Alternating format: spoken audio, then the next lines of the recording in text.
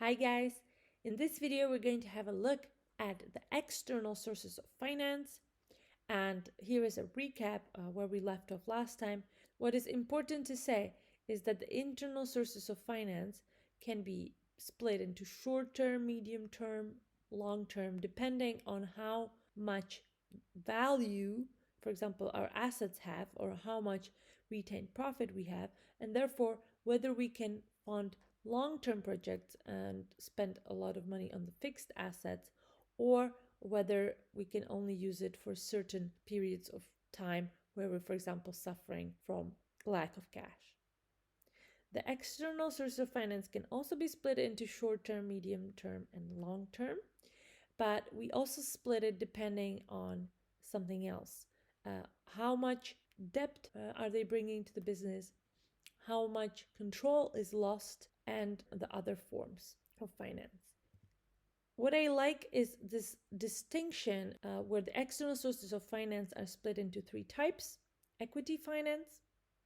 So this is finance coming from the sale of shares.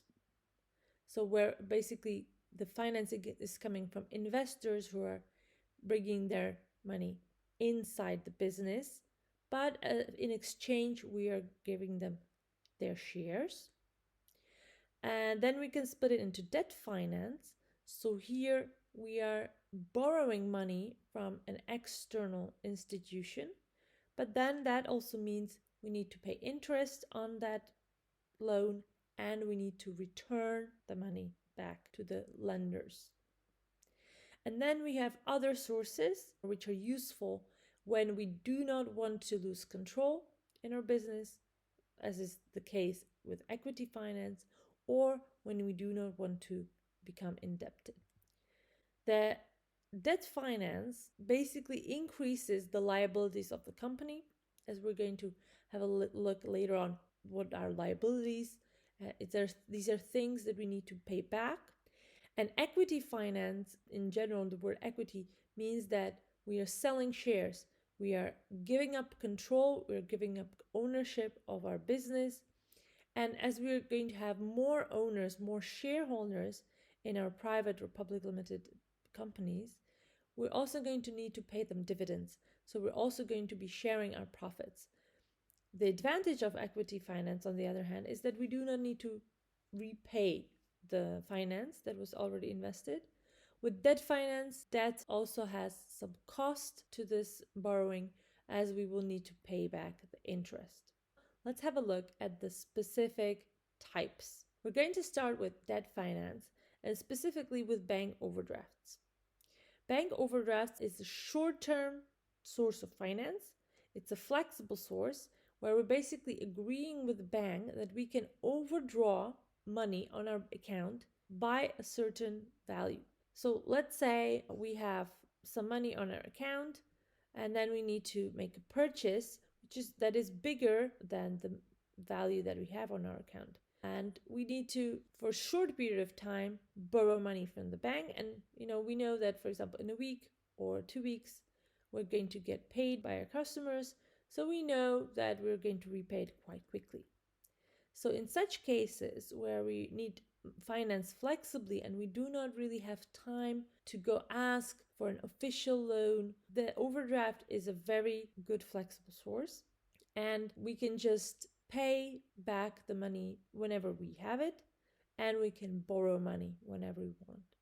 There's always going to be a limit to the overdraft. The bank is not going to let us overdraw more than this limit. And another disadvantage is that it has very, very high interest rates. So it's a good source, flexible source for short periods of time. However, if you know that you're going to need a specific loan for a specific asset for a specific period of time, then it might be a better idea to just get a short-term loan, to agree with the bank on the exact details of this loan, because then the interest rates would be lower. So the advantage is the flexibility. The second source of finance that I would like to cover is the trade credit. It's again a short-term type of finance or source of finance. Sometimes it can be medium, but mostly short term. And it's really about delaying payment for bills to your suppliers. So imagine that your suppliers are providing you goods or services, they deliver the good, but they don't require immediate payment. They're giving you, let's say, 1 month or 2 months period of time for you to pay them back. And they usually give you an invoice, and on the invoice it says uh, what is the invoice date. So let's say that they issued the invoice on May the 10th, and you also have a payment due date. So here you can see that the trade credit that they're giving you is 20 days. So usually the suppliers offer this trade credit to their customers. If you're a more loyal customer, you already have good relationship with the business, then they might give you longer periods of time for which you can take the trade credit. And however, what is also important to say is sometimes suppliers want to encourage their customers to pay actually quicker, so they might give you discounts for quick payment. What is also important to remember is that suppliers are going to be your stakeholders. You need to build confidence and trust. So if you extend the payment due date and you don't pay in time, you might lose that trust and your relations are going to worsen. Later, when we're going to cover balance sheets, the trade credit is going to be listed under creditors. Okay, let's have a look at another source of finance, which is microfinance. Microfinance is when specialist finance businesses are giving small loans to particular communities. Usually, it's going to be people with limited incomes who are disadvantaged, and you're providing them these small loans in order to empower them. Very often, it's going to be in the less developed countries or developing countries, and very often, these microfinance loans are going to be targeted at women in order for them to become independent. And often it's going to be very small loans. It can be $20, $100, up to thousands of dollars. And what is important to say, often they're going to be given to communities, and the people within the community are going to make sure that every single person that is using parts of the loan is going to pay back. In a way, it is you're giving trust to these people.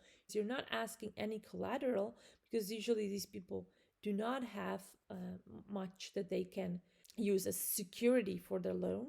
And the idea is that you want to help them. So the interest rates are going to be higher because it's more risky for the specialist institution to be lending money to these people with low incomes. However, it is also important to say that these rates are not going to be unethical. They're not going to be the same as we can see with businesses that are taking advantage of people with lower incomes and maybe lower education. So, microfinance is another type of finance, and it can be short term because it is usually given for relatively short loan periods, but it really much depends short term or medium term, depending on the loan period. Now, the fourth type of debt finance is loan capital, and here we might be already borrowing from more traditional loan institutions, banks, or other specialist institutions.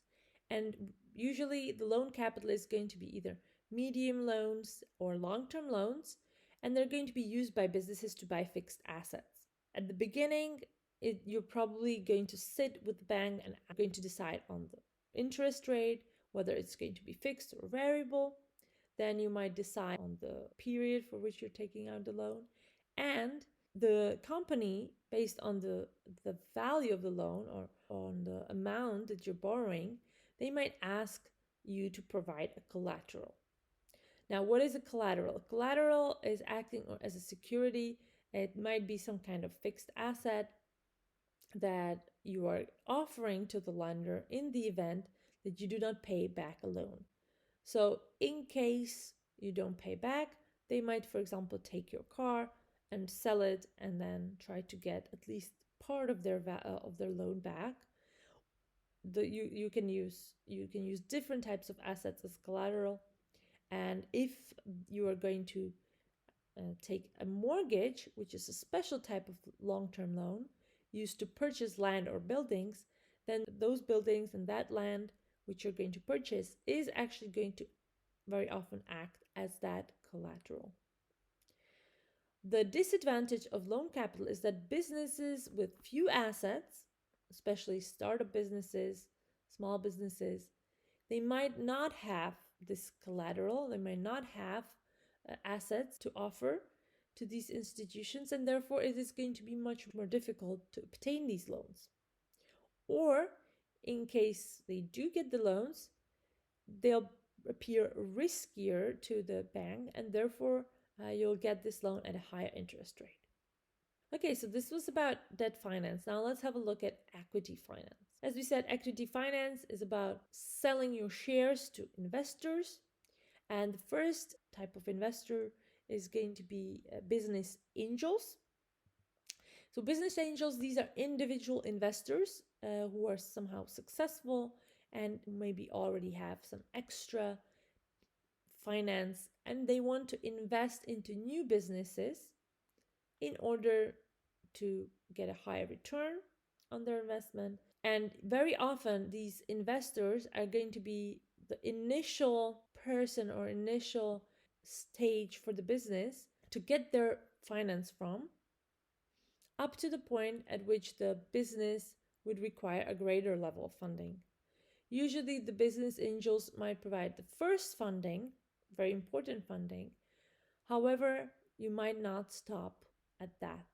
The business, as it grows, might need other funding, and later, as it grows and becomes more successful, maybe acquires some fixed assets, it might be even easier for them to, let's say, get a loan or get other funding.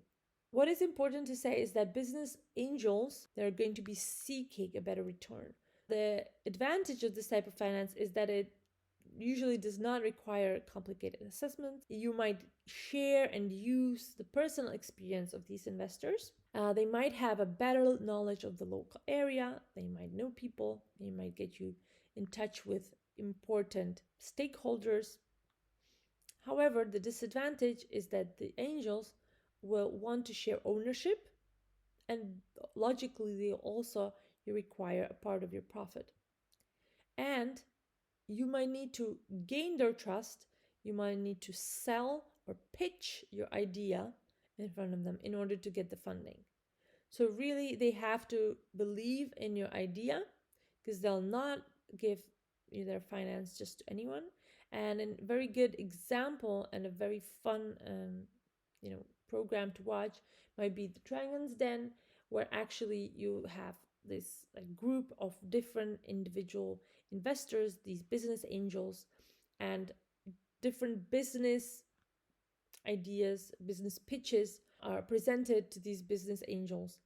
Different businessmen are presenting their ideas and trying to get funding. So it might be fun to watch how the business angels respond, what are some good strategies of how to get their attention, and which strategies they do not prefer.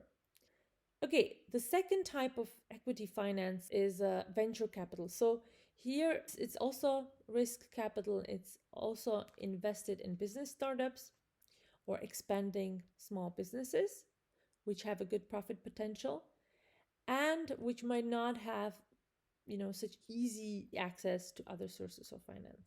Usually venture capitalists are specialist institutions, and they invest in these riskier startups. However, how do they differ from business angels? They usually invest the money of their clients. They don't invest money of their own. Also, they might focus on a specific area. So some venture capitalist institutions might invest into, let's say, businesses that are in the IT sector or which focus on research development and so on. Usually, these are going to be more riskier ventures, and very often the venture capital count with the fact that they can lose all of their money. So, at the same time, they demand high rewards. They demand shares in profits. They demand shares in the business. So very often the business has to decide, is this the only option for them to get the finance, or is there some other option? And what is it that they're going to have to give up? And the third type of equity finance source that we need to look at is share capital.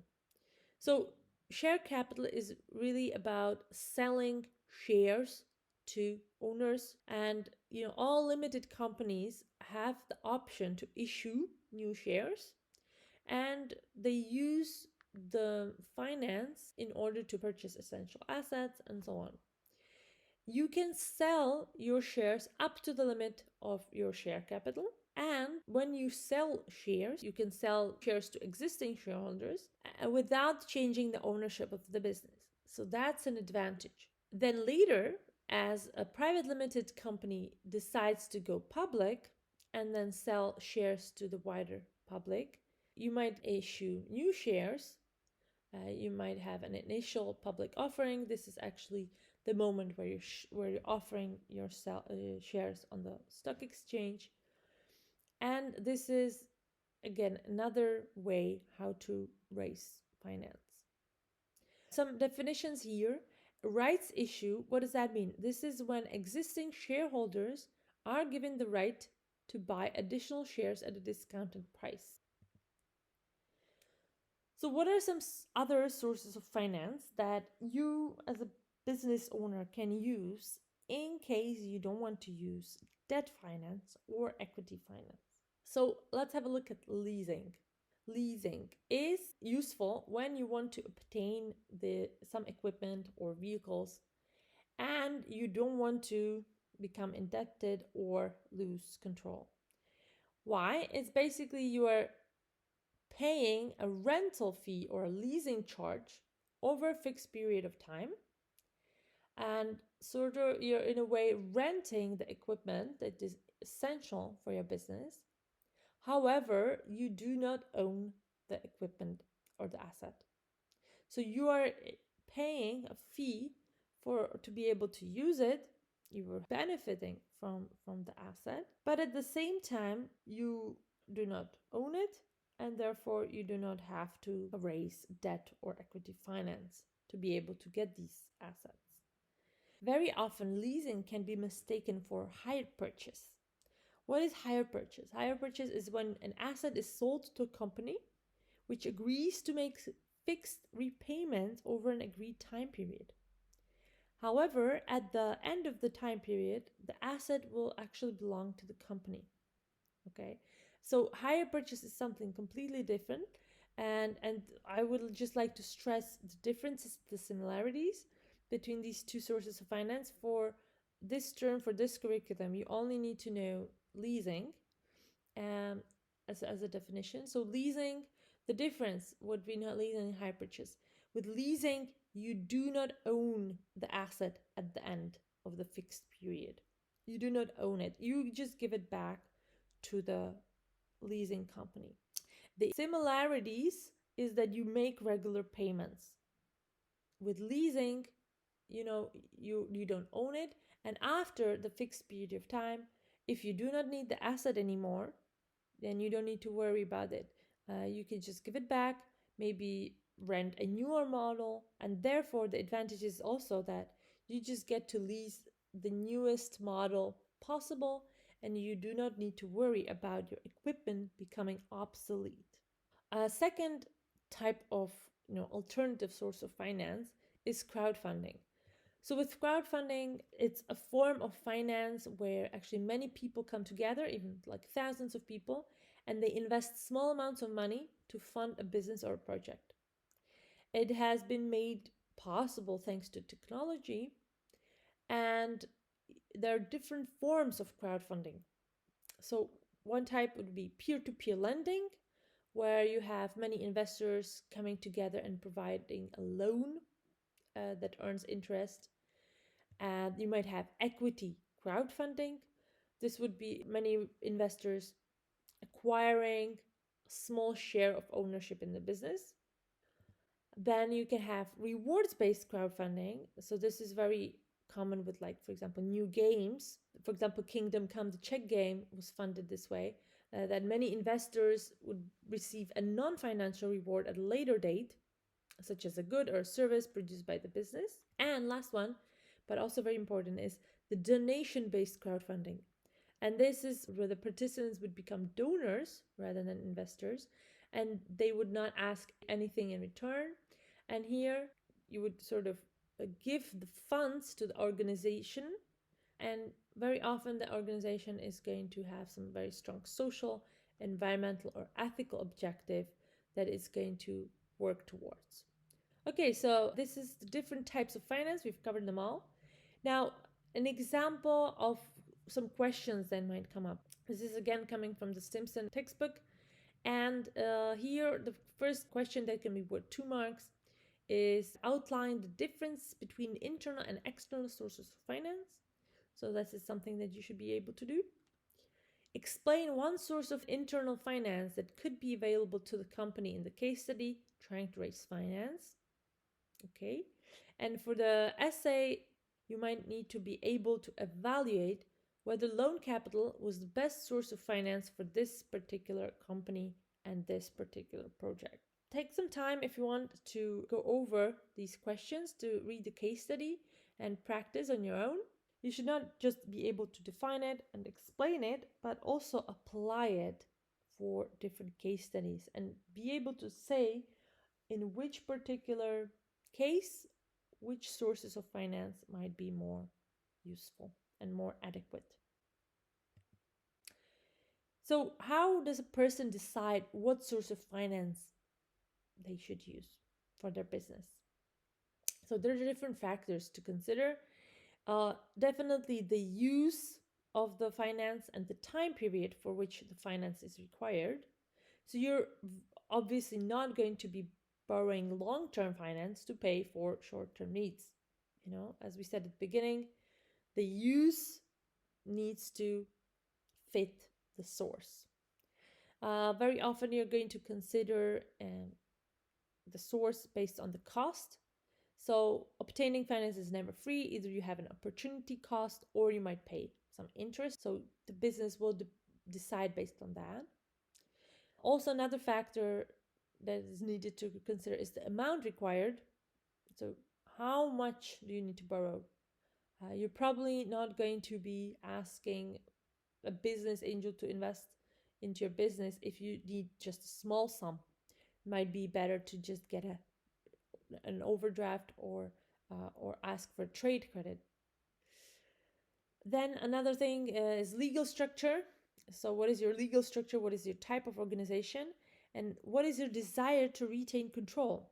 So how open are you to having some dilution of control in your business, to actually sharing ownership with other people, with other shareholders? Then another factor is the size of your existing borrowing. So, how indebted are you already? Do you already have a lot of debts? If yes, then probably another bank or another lender will not want to lend you more finance. And the last factor to consider would be flexibility. So, how flexible do you need your financing to be?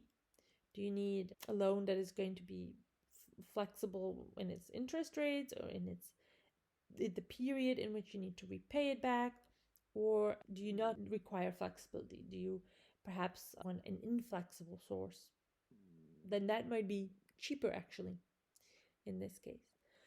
So yeah, these would be all the different factors to consider when making the final decisions. And I suggest you practice either the case study that I showed here or some other examples of past paper questions which are focusing on sources of finance.